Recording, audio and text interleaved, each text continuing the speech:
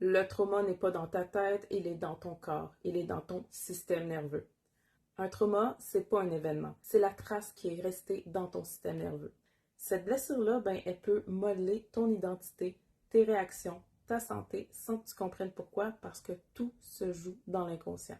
Un trauma, c'est une plaie qui reste à vif et qui reste sensible ou qui se cicatrise mal puis qui t'enlève toute ta flexibilité.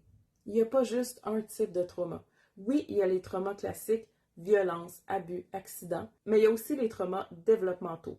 Quand tu n'as pas reçu le contact, la sécurité, l'écoute dont tu avais besoin étant enfant.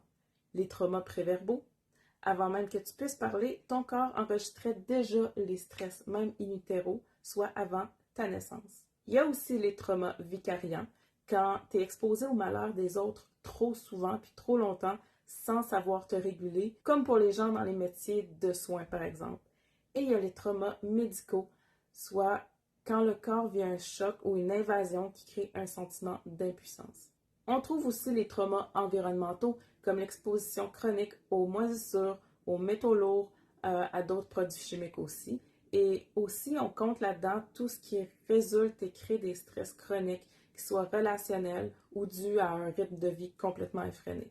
Donc, un trauma peut être physique, psychologique, chimique, et quand ils s'additionnent, ils vont s'amplifier les uns les autres puis créer ce qu'on appelle la charge allostatique, soit la somme de tous les stress accumulés. Plus la charge allostatique elle est grande, plus la fenêtre de tolérance de la personne et de son système va être petite et peu résiliente. Ce que tous ces traumas-là ont en commun, c'est qu'ils affectent le système nerveux. Le cerveau, lui, il suit, il s'adapte, il rationalise, mais il est toujours en train de lire les signaux du corps. Ta psychologie devient donc un miroir de ta physiologie.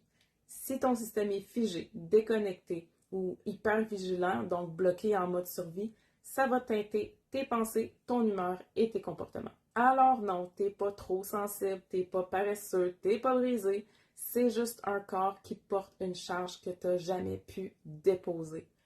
Le trauma, c'est pas une faiblesse mentale, c'est une réaction intelligente d'un corps qui essaie de survivre. Et la bonne nouvelle, c'est que ce corps-là, il peut s'en remettre. Pas juste en parlant, mais en régulant, en bougeant, en respirant, en recréant une sensation de sécurité à l'intérieur, en lui donnant plus de capacité pour diluer l'effet de ces traumas-là avec les bons outils correspondant à l'état de ton système nerveux.